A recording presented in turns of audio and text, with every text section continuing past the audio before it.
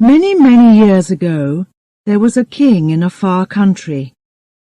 He was famous, he was strong, and he was very clever.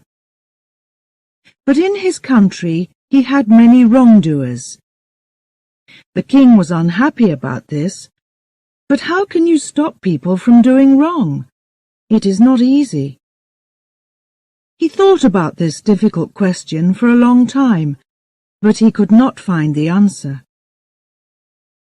Suddenly, one day, he had a good idea. He spoke to his people and told them to build a big stadium in the center of the city. It must be very big and very beautiful, he told them. So the people worked hard for many months. One day the building was finished. The stadium was ready. Inside it, there were places for 5,000 people. Everyone was very excited about this beautiful new building. Some wanted to watch games in the stadium. Others wanted to have dancing and singing. But what did the king want? No one knew. The day of the opening came. Everyone ran to the stadium to get a place inside. The people got more excited when the king arrived. They were all quiet, waiting. First he took his place. Then he stood up and spoke. "My people, my friends," he said. "Firstly, I want to thank all the workers for their good work. We now have a beautiful stadium, and it is very well built. Secondly, I know that many of you want to see games and dancing here, but this stadium is going to be different. It is not going to be a place for having a good time. It is going to be a place for wrongdoers. If one of you does something wrong, we are going to bring him to this place. There he must stand in the middle of this stadium in front of us all. Now, do you all see those two doors, coloured blue, at the far end of the stadium? They look the same, perhaps, but they are not. Behind one door, I am going to put a dangerous animal, a tiger. Behind the other door, there is going to be a beautiful lady. The wrongdoer must choose one of these doors. If he opens the wrong door, he finds the tiger. It jumps out and kills him. If he opens the other door, he finds the beautiful young woman. She is to be his wife. They must marry immediately, right here in the stadium before our eyes. After that, they can live happily with us as husband and wife. So, each wrongdoer must choose very carefully. Before he chooses, he and we cannot know if he is going to live or die.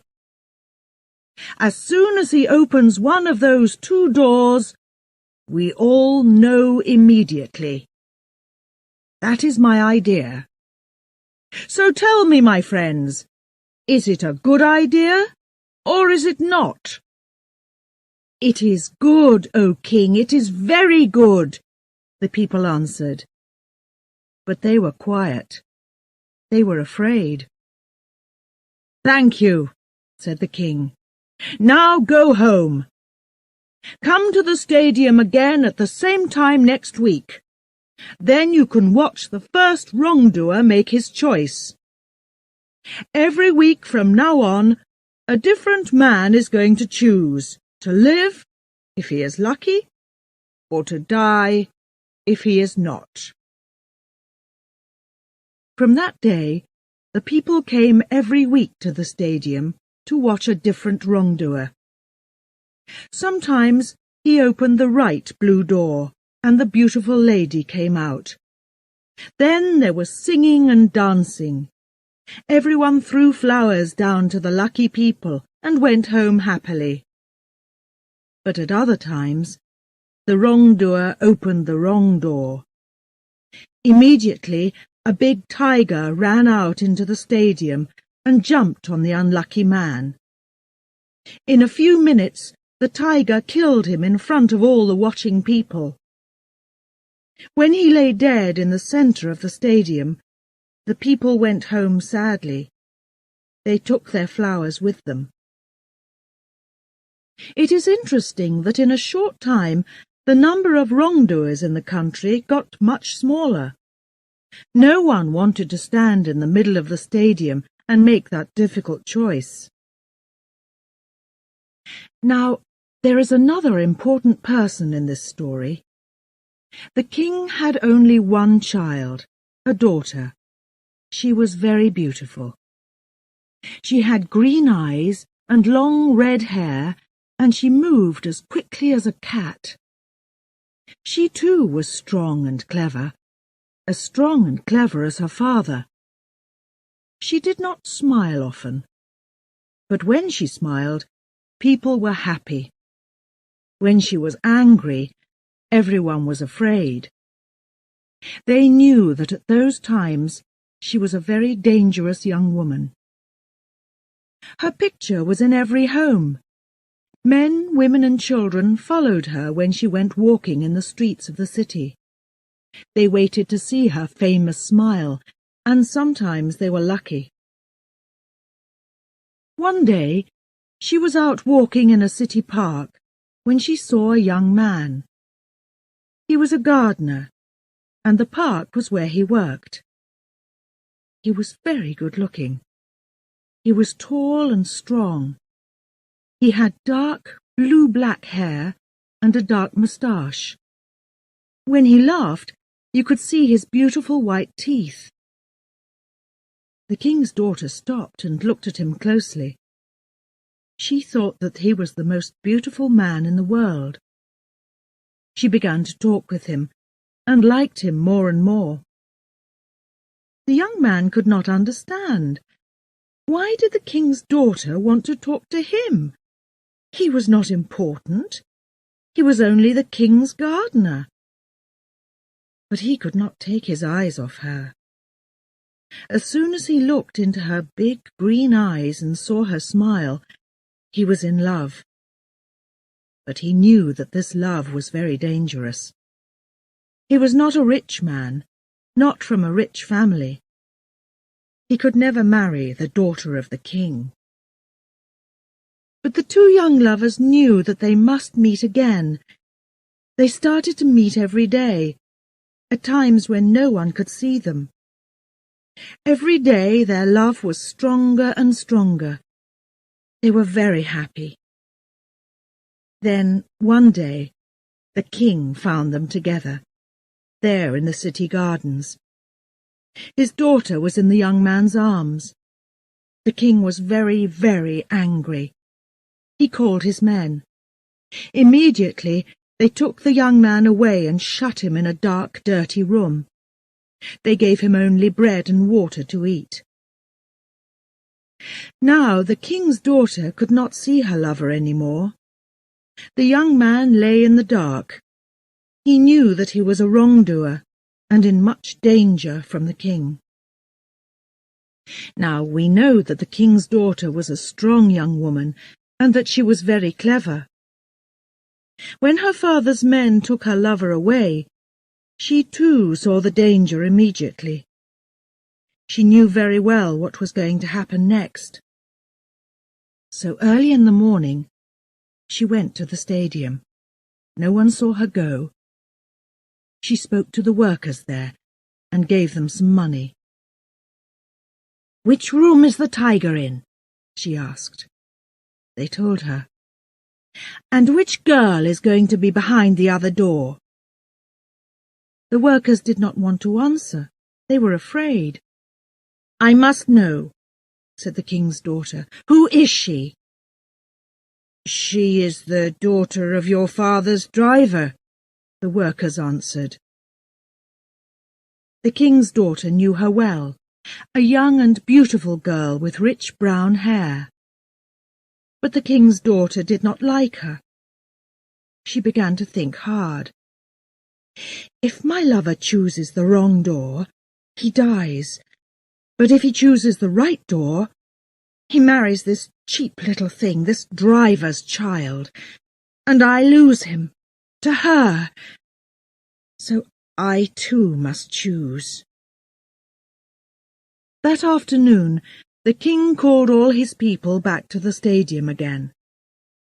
His men brought the young man from the dark room.